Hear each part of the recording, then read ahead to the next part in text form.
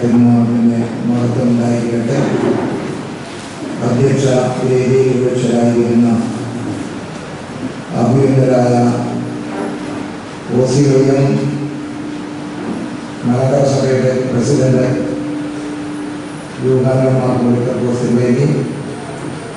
OCYM Delhi ഭദ്രാസനത്തിൻ്റെ അധ്യക്ഷനും ഭദ്രാസന OCYMൻ്റെ പ്രസിഡന്റുമായിരിക്കുന്ന doctor യുഹാനന്ദ മറ്റ് അധ്യക്ഷ വേദിയിൽ അധ്യക്ഷരായിരിക്കുന്ന വൈദിക ശ്രേഷ്ഠരെ, കേന്ദ്രജൻ ഉൾപ്പെടെയുള്ള വൈദിക ശ്രേഷ്ഠരെ, സദസ്സിലിരിക്കുന്ന വൈദിക ശ്രേഷ്ഠരെ, OCYMൻ്റെ ഭാരവാഹികളെ, പ്രത്യേക ക്ഷണിതാവായി സമ്മേളനത്തെ അഭിസംബോധന ചെയ്യുന്ന ശ്രീ പി പ്രസാദ്, ഈ സമ്മേളനത്തിൽ വന്ന് സംബന്ധിക്കുന്ന സഹോദരി സഹോദരങ്ങളെ, മാതാപിതാക്കളെ, വാത്സല്യനിധികളായ കുഞ്ഞുങ്ങളെ, അരമണിക്കൂർ വൈകിയാണ് ഈ സമ്മേളനമാകുന്ന വാഹനം ഇപ്പോൾ ഓടിക്കൊണ്ടേയിരിക്കുന്നത്. അത് ഈ ഓട്ടത്തിൽ നമുക്ക് അല്പം സമയം യുക്തതയിലേക്ക് തിരിച്ചു പിടിക്കാമോ എന്ന് ശ്രമിക്കാൻ ഞാൻ തയ്യാറാണ്. അതിൻ്റെ അർത്ഥം നിങ്ങൾക്ക് മനസ്സിലാകുന്ന ഞാൻ കരുതുന്നു. സമയക്ലിപ്തത ഒട്ടും പാലിക്കാൻ ശുഷ്കാതിയില്ലാത്ത ഒരു സംസ്കാരത്തിന് ഉടമകളാണ് നാം കരുതുന്നത്. ഏതായാലും നമുക്ക് സമയം ഉണ്ട്. അതുകൊണ്ട് തന്നെ ഈ സമ്മേളനത്തിലെ വലിയ പത്രപ്പാടുകളാൽ തന്നെ അവസാനിപ്പിക്കാൻ കഴിയുമെന്നാണ് എൻ്റെ വിചാരം. ഡൽഹി ഭദ്രാസനം എന്ന് പറയുമ്പോൾ നമ്മുടെ മനസ്സിൽ ഓർമ്മ വരുന്നത് 1975 മുതലുള്ള വിഷയങ്ങളായിരുന്നു. 1975 മലക്കര സഭയിലെ പ്രഗത്ഭരായ 5 മേൽപ്പെട്ട സ്ഥാനികളെ വാഴിച്ചത്. പൗലോസ് ഉൾപ്പെടെ ആ 5 മേൽപ്പെട്ട സ്ഥാനികൾക്ക് മലക്കര സഭ കേരളത്തിന് പുറത്ത് ഒരു വികസനം ലക്ഷ്യമാക്കി ഭാഗ്യകേരള ഭദ്രാസനത്തിനെ 4 ഭദ്രാസനങ്ങളായി വിഭജിക്കുന്നതിന് ശേഷമാണ് ഡൽഹി, ബോംബെ, കൽക്കട്ട, മദ്രാസ് പിന്നീട് അല്പം കൂടെ കഴിഞ്ഞുകൊണ്ട് എനിക്കൊരു മനസ്സിലാക്കാൻ ഓർമ്മ തോന്നുന്നുണ്ട്. ഏതായാലും 1975 മുതൽ മലങ്കര സഭയുടെ മക്കൾ കേരളത്തിനകത്ത് മാത്രമല്ല കേരളത്തിന് പുറത്തുള്ള അനേക സംസ്ഥാനങ്ങളിൽ വേരോടിയിരിക്കുന്ന ഒരു തോന്നൽ മലങ്കര സഭയുടെ പരിശുദ്ധ സിനോദോസിനും അന്നത്തെ ഭരണസമിതി മാനേജിംഗ് കമ്മിറ്റിക്കും ഒക്കെ തോന്നലുണ്ടായി. അങ്ങനെ നാം ഭാഗ്യകേരള ഭദ്രാസനം 4 ഭദ്രാസനങ്ങളായി വിഭജിച്ചു. എൻ്റെ ഓർമ്മ അല്പം കൂടെ പുറകോട്ട് പായുകയാണ്. 1940 തോന്നുന്നു ബദനി ആശ്രമത്തിന്റെ സ്ഥാപകനായിരുന്ന അലക്സിയോസ് മാർ തെയോദോസിയോസ് തിരുമേനി ഭാഗ്യകേരള ഭദ്രാസനത്തിന്റെ പ്രഥമ മെത്രാപ്പൊലീത്ത എന്ന നിലയിലെ സേവനം അനുഷ്ഠിക്കുന്നത്. കോയമ്പത്തൂരിലെ സെന്റ് മേരീസ് ദേവാലയവും ഹൗസ്കാസിലെ സെന്റ് മേരീസ് ദേവാലയവും ഒക്കെ ആ കാലഘട്ടത്തിലെ ഭാഗ്യകേരള ഭദ്രാസനത്തിൽ രൂപം കൊണ്ടിട്ടുള്ള ആരാധനാ കേന്ദ്രങ്ങളാണ്. അലക്സിയോസ് മാർ തെയോദോസിയോസ് തിരുമേനിക്ക് ശേഷം അദ്ദേഹം 1965 കാലം ചെയ്തിട്ടുള്ളതാണ് എൻ്റെ ഓർമ്മ, എൻ്റെ അറിവ്. പിന്നീട് വട്ടക്കുന്നേൽ പരിശുദ്ധ ബാബ തിരുമേനി, മാത്യൂസ് മാർ അപ്പാനാസ്യോ തിരുമേനി ഭാഗ്യകേരള ഭദ്രാസനത്തിന്റെ മൊത്തം മെത്രാപ്പൊലീത്തയായി കോട്ടയം MD സെമിനാറിൽ സ്ഥാപിച്ചുകൊണ്ട് അവിടെ ഭരണം നടത്തുന്നതായിട്ട് നമുക്ക് വായനയുടെയും അല്പം പ്രായം കാര്യങ്ങൾ അറിയാവുന്നതാണ്. ഭാഗ്യകേരള ഭദ്രാസനം തെയോദോസിയോസ് തിരുമേനി, ബദനിയിലെ തെയോദോസിയോസ് അലക്സിയോസ് മാർ തെയോദോസിയോസ് തിരുമേനി ഭാഗ്യകേരള ഭദ്രാസനത്തിൽ മെത്രാപ്പൊലീത്ത ആയിരിക്കുന്ന കാലഘട്ടത്തിലെ 4 അവിവാഹിത വൈദികരെ പട്ടം കൊടുത്ത് ഭാഗ്യകേരള ഭദ്രാസനത്തിലേക്ക് വേണ്ടി അയക്കുന്നുണ്ട്. അത് 3 പേരുടെ പേരിൽ ഞാൻ ഓർക്കുന്നു. എന്നെ ഒരാളുകൂടി കൊണ്ട് ആരാണെന്ന് കൃത്യമായിട്ട് പറയാൻ എനിക്ക് അറിയില്ല. ഡോക്ടർ ഫാദർ KC തോമസ്, പിന്നീട് മക്കാബിയൂസ് തിരുമേനി. അദ്ദേഹം ഡൽഹി ആസ്ഥാനമായി വർഷങ്ങളോളം താമസിച്ചിട്ടുള്ള പിതാവാണ്. അതുപോലെ തന്നെ ഫാദർ സി വി ജോൺ, അദ്ദേഹം കൊല്ലകടവ്, ഏറെക്കാലം ബോംബെ, മദ്രാസ്, വെല്ലൂർ അങ്ങനെയുള്ള ഇടങ്ങളിലൊക്കെ താമസിച്ച് സേവനം ചെയ്ത പിതാവാണ്. ഒരു ഫാദർ സൈമൺ, അദ്ദേഹത്തെ ഞാൻ കണ്ടിട്ടില്ല. അദ്ദേഹം അല്പം നേരത്തെ ദിവംഗതരായി എന്നാണ് ഞാൻ കേട്ടിട്ടുള്ളത്. ഒരു വൈദികനുണ്ട്, അത് ഒടുവള കോശിവച്ചനാണോ, വാഴമുട്ട ജോസുവാച്ചനാണോ, കാർത്തികപ്പള്ളി ഗംഭീരാച്ചനാണോ എന്ന് എനിക്ക് കൃത്യമായി പറയാൻ അറിഞ്ഞില്ല. അപ്പോൾ ബാക്കികേരള ഭദ്രാസനത്തിൻ്റെ അടിവേരുകൾ അന്വേഷിക്കാൻ നമുക്ക് മനസ്സ് വരുമ്പോൾ നമ്മളിപ്പോൾ ഡൽഹി ഭദ്രാസനം എന്ന് മാത്രം പറയും 1975 എഴുതി അവിടെ തൊട്ട് 1, 2, 3 എന്ന വിധത്തിൽ നമ്മൾ എണ്ണാൻ തുടങ്ങി. പക്ഷെ അതിൻ്റെ അപ്പുറത്തും കുറേ കാര്യങ്ങൾ ഉണ്ട് എന്നുള്ളത് ഇന്നത്തെ തലമുറ, ഈ തലമുറ സംഗമത്തിലേക്ക് നിങ്ങൾ അതിനെയും കൂടെ ഒന്ന് ഓർക്കാൻ മനസ്സ് വയ്ക്കുമെങ്കിൽ നന്നായിരിക്കും എന്നാണ് എൻ്റെ വിചാരം. ഇതൊക്കെ എൻ്റെ കേട്ടറിവാണ്. നിങ്ങൾക്കറിയാം, ഫാദർ കെ.സി. തോമസ് അഥവാ തോമസ് മാർ മക്കാബിയൂസ് തിരുമേനി 1958 സഭയുടെ പ്രധാന നീതിന്യായ കോടതിയിൽ നിന്നായ ഒരു വിധി, അതേക്കുറിച്ചൊക്കെ അദ്ദേഹത്തിന് ഒത്തിരി കാര്യങ്ങൾ വാചാലമായി പറയാൻ ഉണ്ടായിരുന്നു. നിങ്ങളും കേട്ടിട്ടുണ്ട്, ഞാനും കേട്ടിട്ടുണ്ട്. അതൊന്നും ഞാൻ ഇവിടെ പരാമർശിക്കുന്നില്ല. അപ്പോൾ മലങ്കര സഭ ഒരു കാലഘട്ടത്തിൽ ഈ മലയാളത്തിലെ മണ്ണിൽ മാത്രം ഒതുങ്ങി നിന്നിരുന്ന കാലം ഉണ്ടായിരുന്നു. പക്ഷേ 1940-കളില് ഇവിടെ നിന്ന് ഈ അന്നത്തെ മലങ്കര സഭയുടെ അതിർത്തി എന്ന് പറയുന്നത് തിരുവനന്തപുരം മുതൽ കുന്നോളം വരെ ഇങ്ങനെ. കിഴക്ക് പടിഞ്ഞാറെന്ന് പറയുന്നത് ആലപ്പുഴ വഴിയൊന്നും ഉണ്ടായിട്ട് എനിക്കറിയാൻ പാടില്ല. ഇടുക്കിയിലൊക്കെ ദേവാലയം വേണ്ട അധികം കാലം ഉണ്ടായിരുന്നു. അങ്ങനെ ഇങ്ങനൊരു സ്ട്രിപ്പാണ്. ഇതിനപ്പുറത്ത് മലങ്കര സഭ ഇല്ല. മലബാർ കുടിയേറ്റ കാലഘട്ടത്തിലാണ് മലബാർ ഭദ്രാസനത്തിൻ്റെ ഒക്കെ ഒരു ആവിർഭാവം ഉണ്ടാകുന്നത്. അതിന് മുൻപൊക്കെ ഉള്ളത് തിരുവനന്തപുരം മുതൽ നമ്മൾ വരെ കഴിഞ്ഞ കോയമ്പത്തൂർ പള്ളിയിൽ 1947 എൻ്റെ വായനയിലൂടെ പറയും. ഞാൻ പറഞ്ഞത് ഈ ഡൽഹി ഭദ്രാസനത്തിലെ യുവ തലമുറയുടെ സംഗമം എന്ന് പറയുമ്പോൾ നിങ്ങളതിൻ്റെ അടിവേരെ അല്പം കൂടെ അന്വേഷിച്ച് പുറകോട്ട് പോകണം.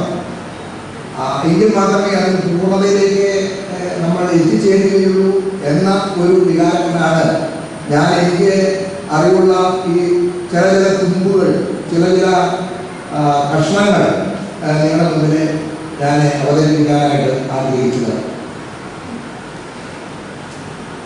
ആ കാലഘട്ടവും ഇന്നത്തെ കാലഘട്ടവും തമ്മിൽ അജഗജാന്തരം വ്യത്യാസമുണ്ട് എന്ന് ഞാൻ പറഞ്ഞാൽ നിങ്ങൾ സമ്മതിക്കും. 1940-കളിലെ കാലഘട്ടമാണോ 2016-കളിലെ 2010 ശേഷമുള്ള കാലഘട്ടം എന്ന് പറയുമ്പോൾ ഒരിക്കലുമല്ല.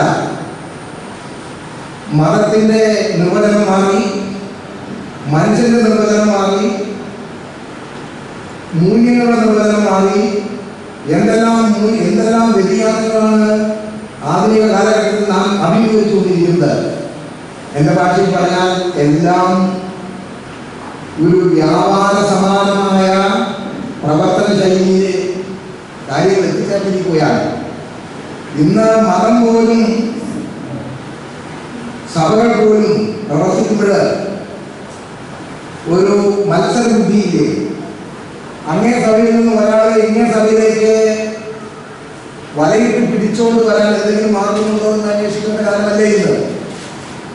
അല്ല എന്ന് നിങ്ങളും ഞാനും ഭംഗി ഭാഷയിൽ പക്ഷെ പറയുമായിരിക്കും. അപ്പോൾ അവിടെയും ഒരു വ്യാപാര സമാനമായ ഒരു പ്രവർത്തനം ചെയ്യാൻ കാണുന്നു. എല്ലായിടത്തും ഒരു മത്സര ശീലം കാണുന്നു. അത് വിദ്യാഭ്യാസത്തിലായിരുന്നാലും സാമൂഹിക പ്രവർത്തന ശൈലിയിലായിരുന്നാലും ആത്മീയ മണ്ഡലത്തിലായിരുന്നാലും നിങ്ങൾ ടെക്സ്റ്റ് കണ്ടിട്ടില്ലേ? Learn more. കൂടുതൽ പഠിക്കുക, കൂടുതൽ സമ്പാദിക്കുക. എന്താണ് അതിന് അർത്ഥമാക്കുന്നത്? ഇവിടെയൊക്കെ ഉള്ളത് how to make money. How to earn more money. ഈ ഒരു നിർവചനമല്ലേ ഇന്നത്തെ നമ്മുടെ തലമുറയിൽ പോലും ശക്തമായി വളരുന്നത് എന്നുള്ളത് നല്ലതുപോലെ ഓർക്കണം. ഇത് മറ്റെല്ലാ മണ്ഡലത്തിലും ഇങ്ങനെയൊക്കെ ആയിരുന്നാലും സഭാമണ്ഡലത്തിലോ മതമണ്ഡലത്തിലോ അപ്രകാരമുള്ള ഒരു നിർവചനത്തിന് സ്ഥാനമില്ല എന്ന് നിങ്ങൾ ഞാൻ ഉറച്ചു വിശ്വസിക്കുകയും ഉൾക്കൊള്ളുകയും വേണം എന്നാണ് എനിക്ക് പറയാനായിട്ടുള്ളത്. അതുകൊണ്ട് ഡൽഹി ഭദ്രാസനം എന്ന് പറയുമ്പോൾ ഞാൻ പതിയെ തിരുവനന്തപുരത്തിന് ചോദിച്ചു, 1975 നമുക്ക് 72 ഇരിക്കട്ടെ, അതിന്റെ പുറകെ എന്തെങ്കിലും പറയാൻ ഒക്കുമോ എന്നുള്ളത് അറിയാൻ പാടില്ല. ഇവിടെ ഇരിക്കുന്ന ഒരു 70-75 വയസ്സ് പ്രായമുള്ള ആരെങ്കിലും ഉണ്ടാകുമെന്ന് എനിക്ക് തോന്നുന്നു. ഇവിടെ നിന്ന് നിങ്ങൾ കാണുമ്പോൾ ഒരുപാട് നമ്മുടെ കാര്യങ്ങൾക്ക് വേണ്ടി അധ്വാനിച്ചിട്ടുള്ള കാരണവന്മാരെ, അമ്മമാരെ, അമ്മമാരെ നമുക്കുണ്ട്. അതുകൊണ്ട് മലയാളത്തിന്റെ മണ്ണിൽ മാത്രം ഒതുങ്ങിയ ഒരു സഭയല്ല ഇന്നൊരു ഗ്ലോബൽ ഡയമെൻഷനാണ് മലയാള സഭ എത്തിച്ചേർന്നിരിക്കുന്നത് എന്ന് ഞാൻ പറയുന്നത് ഒട്ടും അതിശയോക്തിയല്ല. കേരളത്തിലറിയാം 1961-ലോ 62-ലോ ആണ് WCC ഒരു സമ്മേളനം ഡൽഹിയിൽ വെച്ച് നടത്തുന്നത്. അതിൽ ബൈബിൾ ക്ലാസ് എടുത്തത് പോൾ വർഗീസ് എന്ന പേരിലുള്ള യുവാവ് പിന്നീട് ഡൽഹി ഭദ്രാസനത്തിന്റെ അധ്യക്ഷനായിരുന്ന പൗലോസ് മാത്യു. അദ്ദേഹം അന്നേരം വൈദികനാണോ വൈദികനായിരിക്കാനാണ് സാധ്യത. 55 ശേഷം അദ്ദേഹം പട്ടം ഏൽപ്പിച്ചിട്ടുണ്ട്. ആ യുവ വൈദികന്റെ ബൈബിൾ ക്ലാസ് കേട്ടപ്പോൾ അവിടെ സംബന്ധിച്ചിരുന്ന അംഗങ്ങൾ അതിൽ ഏറെ ആകൃഷ്ടരാകുകയും അവർ അദ്ദേഹത്തോട് വന്ന് ചോദ്യം ചോദിക്കുന്നുണ്ട്, താങ്കൾക്ക് WCC വന്ന് ഞങ്ങൾക്കൊപ്പം പ്രവർത്തിക്കാമോ എന്ന്. ആ വൈദികന്റെ മറുപടി എന്ന് പറയുന്നത്, ഞങ്ങളുടെ സഭയ്ക്ക് ഒരു തലവനുണ്ട്, ഞങ്ങളുടെ സഭ പൗരാണികമായി കേരളത്തിൽ സ്ഥിതി ചെയ്യുന്ന സഭയാണ്, അതിൽ അംഗമാണ് ഞാൻ. ആ സഭയുടെ തലവനാണോടാണ് നിങ്ങൾ ചോദിക്കേണ്ടത്, എന്നോടല്ല. അവിടെ നിന്ന് ചോദിച്ച് അദ്ദേഹം അനുവദിക്കുന്നുവെങ്കിൽ ഞാൻ നിങ്ങളുടെ സേവനത്തിന് ഇറങ്ങി പുറപ്പെടാം. 2016 ഏതൊരു വൈദികനെ അങ്ങനെ പറയാൻ ധൈര്യം ഉണ്ടാകുമോ? WCC ഒരു സ്ഥാനം തരാമെന്ന് പറയുന്നത്, എനിക്കൊരു തലവൻ നിന്നൊരു തലവൻ പിതാവുണ്ട്, ആ തലവൻ പിതാവ് എന്നോട് പറയാൻ പറയുന്നത്, ആ തലവൻ പിതാവിനോട് എന്ന് ചോദിച്ച് മനസ്സ് അവിടെ അറിഞ്ഞാൽ അപ്പോഴാണ് അവർ പലരും കേൾക്കുന്നത് എന്നാണ് ഞാൻ കേട്ടിട്ടുള്ളത്. അത് കേട്ടവരെ പറയട്ടെ, ഇങ്ങനെ കേരളത്തിൽ സൗത്ത് ഇന്ത്യയിൽ ഇങ്ങനെ പുരാതന സഭയുണ്ടോ എന്ന് അവിടെ വന്നിരിക്കുന്ന പലർക്കും അറിയാൻ പാടില്ല. ഓറിയന്റൽ ഓർത്തഡോക്സ് സഭയുടെ ആളുകൾക്ക് അറിയാമായിരിക്കും. പക്ഷേ 1961-ലോ 62-ലോ WCC സമ്മേളനം ഡൽഹിയിൽ നടക്കുമ്പോൾ അവിടെ ലോകത്തിൽ നിന്ന് വന്നു ചേർന്ന അംഗങ്ങൾക്ക്, അതിഥികൾക്ക് ഇന്ത്യയുടെ തെക്കേ അറ്റത്ത് ഒരു പുരാതന ക്രിസ്തീയ സഭയുണ്ട് എന്ന് പറഞ്ഞപ്പോൾ പലരും അന്തം വിട്ടുപോയി എന്നാണ് പറയുന്നത്. ആ അന്നത്തെ പല അംഗങ്ങളും ഡൽഹിയിൽ നിന്ന് കോട്ടയത്തേക്ക് വന്നു ഈ പുരാതന സഭയുടെ തലവനെ കാണാൻ. ഈ പുരാതന സഭ എന്താണെന്ന് അറിയാൻ ഇവിടെ വന്ന് പരിശുദ്ധ ദൈവക്രിസ്ത്യ മഹാത്മയോട് ചോദിച്ചു, അങ്ങയുടെ ഒരു പുരോഹിത യുവ ബൈബിൾ ക്ലാസ് ഞങ്ങൾ കേട്ടു, അദ്ദേഹത്തെ WCC ജയിമായി കൊണ്ടുപോയി അദ്ദേഹത്തിന് ഒരു സ്ഥാനം കൊടുത്താൽ കൊള്ളാമെന്ന് ആഗ്രഹമുണ്ട് അങ്ങെന്ന് പറയുന്നു. പിന്നെ ആലോചിച്ച് ഒരു അനുവാദം അനുകൂലമായി കൊടുക്കുമെന്നാണ് ഞാൻ കേട്ടിട്ടുള്ളത്. ഇത് ഞാൻ പറഞ്ഞതല്ല, പോൾ വർഗീസ് അച്ഛൻ ഞങ്ങളെ പഠിപ്പിച്ചു കൊണ്ടിരുന്ന ക്ലാസ്സിൽ പറഞ്ഞതാണ്. അപ്പോൾ അങ്ങനെയുള്ള ചില മിന്നുന്ന നക്ഷത്രങ്ങൾ നമുക്കുണ്ടായിരുന്നു. രാഷ്ട്രീയത്തിലെ CM സ്റ്റീഫനെ നമ്മൾ ഇപ്പോഴും ഓർക്കുന്നവരാണ്. അതുപോലെ തന്നെ ഇന്ത്യൻ ഫോറിൻ സർവീസിൽ ഡോക്ടർ PC ആലച്ചാൻ നമ്മൾ ഓർക്കുന്നവരാണ്. അതൊക്കെ നമ്മുടെ കൺമുമ്പിൽ നിന്ന് അപ്രത്യക്ഷപ്പെട്ട ഈ കാലമൊന്നും ആയിട്ടില്ല. ഇവരൊക്കെ പ്രസംഗിക്കുന്നത്, പ്രത്യേകിച്ച് PC ആലച്ചാൻ പ്രസംഗിച്ച് ഞാൻ കേട്ടിട്ടുണ്ട്. എനിക്ക് ലോകത്തിൽ അനേക പുരസ്കാരങ്ങൾ പലയിടങ്ങളിൽ എനിക്ക് ലഭിച്ചിട്ടുണ്ട്. ആ പുരസ്കാരങ്ങളെക്കാൾ എല്ലാം വലുത് ഞാൻ ഇന്ത്യൻ ഓർത്തഡോക്സ് സഭയുടെ അംഗമായി ഇവിടെ ജീവിക്കുന്നു എന്നുള്ളതാണ് എന്ന് അഭിമാനപൂർവ്വം ഡോക്ടർ പി സി അവസാനം പറയാറുണ്ട്. ലോകത്തെ പൗരസ്വാമിക ഒരു സിനിമയിൽ പലപ്പോഴും പറഞ്ഞിട്ടുള്ളത് ഞാൻ കേട്ടിട്ടുണ്ട്. മലയാള സുറിയാനി സഭയുടെ അംഗം എന്ന നിലയിലും അന്നത്തെ പരിശുദ്ധ ഗീവർഗീയ മഹാതിരുമേനിയുടെ ഒരു ഓറൽ സർട്ടിഫിക്കറ്റ് കൊടുക്കുന്ന ഒരു സന്ദർഭമുണ്ട്. എടാ, നീ സാക്ഷാൽ ഓർത്തഡോക്സുകാരനാണ്, നീ എൻ്റെ മക്കൾക്ക് വേദപുസ്തകം നീ പഠിപ്പിച്ചാണ്, നിന്നെ കൊള്ളാം, അതിനേക്കാൾ വലിയൊരു പുരസ്കാരം ഇല്ല എന്ന് പണ്ഡിത ശ്രേഷ്ഠനായിരിക്കുന്ന ഡോക്ടർ പൗരസ്വാമി നീ അഭിമാനവും പറയാറുണ്ട്. അദ്ദേഹത്തിന് ഡോക്ടറേറ്റോ അല്ലെങ്കിൽ ലോക രാഷ്ട്ര നേതാക്കന്മാരുടെ പ്രഥമ സ്ഥാനമോ അദ്ദേഹത്തിന് പാണ്ഡിത്യത്തിന്റെ ബാഹുല്യമോ ഒന്നുമല്ലാതെ അദ്ദേഹം പറഞ്ഞത് പരിശുദ്ധ ഗീവർഗീയ ഭാഗത്തിന് പറയുന്നു, നീ കൊള്ളാം, നീ ഓർത്തഡോക്സ് സഭയുടെ അടിമസന്താനമാണ്, നിനക്ക് വിശ്വാസം അറിയാം എന്ന് പറഞ്ഞ 3-4 വാചകങ്ങളാണ് ലോകത്തിലേക്ക് വെച്ച് എനിക്ക് ഏറ്റവും അഭിമാനകരമായ പുരസ്കാരമെന്ന് പൗരസ്വാമി മോനൊന്നുമല്ല നിങ്ങളൊക്കെ കേട്ടുകാണും. നീ കേരളത്തിന് സാക്ഷിയായോ യുവകാരികളൊക്കെ. ഇപ്പൊ എനിക്ക് പറയാനുള്ളത്, മലങ്കര മണ്ണിൽ നിന്ന് ഉത്തര ഭാരതത്തിലേക്ക് ഉപജീവനമാർഗമോ ഉദ്യോഗാർത്ഥമോ പറിച്ചു നട്ട് അവിടെ ജീവിക്കുന്ന മലങ്കര നസ്രാണികൾ, മലങ്കര ഓർത്തഡോക്സ് സുറിയാനി നസ്രാണികൾ, ഇന്ത്യൻ ഓർത്തഡോക്സ് നസ്രാണികൾ, അവരെ കരുത്തന്മാരാണ്, അവർ സഭാസ്നേഹികളാണ്, ദേശീയ സ്നേഹം പുലർത്തുന്നവരാണ്, അവരെ സ്വാത്വികരാണ്. വിദേശ സഭകളുടെ കീഴെ കിടക്കേണ്ടതല്ല നമ്മൾ. ഇപ്പോഴും നമ്മൾ അഭിമാനം കൊള്ളുന്നത് എന്തുകൊണ്ടാണ്? We are Indian national church. Conversion ഒരിക്കലും അവകാശപ്പെടാത്ത സഭ, അതേസമയം എല്ലാവരെയും സ്നേഹിക്കുന്ന സഭ. അപ്പോൾ ഈ കാലഘട്ടത്തില് ഇതൊക്കെ നിങ്ങൾ ഒന്ന് ഉൾക്കൊള്ളാൻ ശ്രമിക്കുക. എനിക്ക് നിങ്ങളോട് പറയാനുള്ളത്, നമ്മുടെ കർത്താവ് 12 ശിഷ്യന്മാരെയും പിന്നീട് 70 പേരെയും കൽപ്പിച്ച് കമ്മീഷൻ ചെയ്ത് അയക്കുമ്പോൾ ഒരു കാര്യം പറയുന്നത്, നിങ്ങൾ ആടുകളെ അന്വേഷിക്കണം, ആടുകളെ അന്വേഷിച്ചിറങ്ങണം. അത് അറിയിപ്പുകാരോടോ 12 അപ്പോസ്തലന്മാരോടോ മാത്രം പറഞ്ഞ വാചകമെന്ന് വിചാരിക്കരുത്. നിങ്ങളോട് എനിക്ക് പറയാനുള്ളത്, മലങ്കര ഓർത്തഡോക്സ് സുറിയാനി സഭയുടെ ആട്ടിൻകൂട്ടത്തെ, ആ ആട്ടിൻകൂട്ടം എവിടെയൊക്കെ ഉണ്ട് എന്ന് അന്വേഷിക്കുവാനുള്ള ചുമതല നിങ്ങൾക്കുണ്ട്.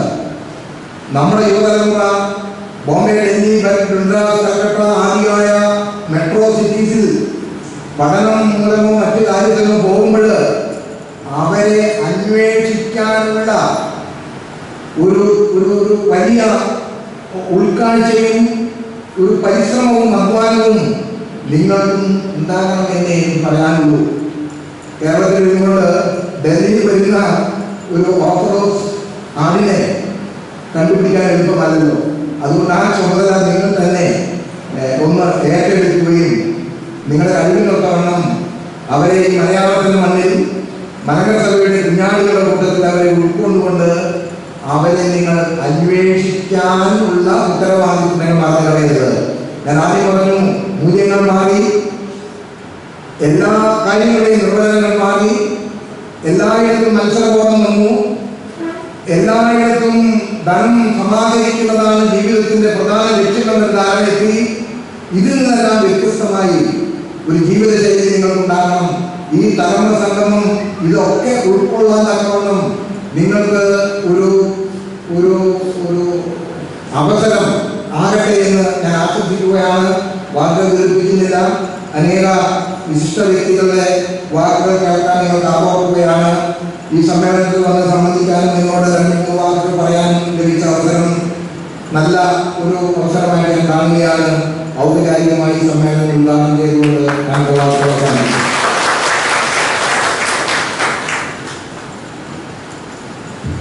Thank you, His Holiness.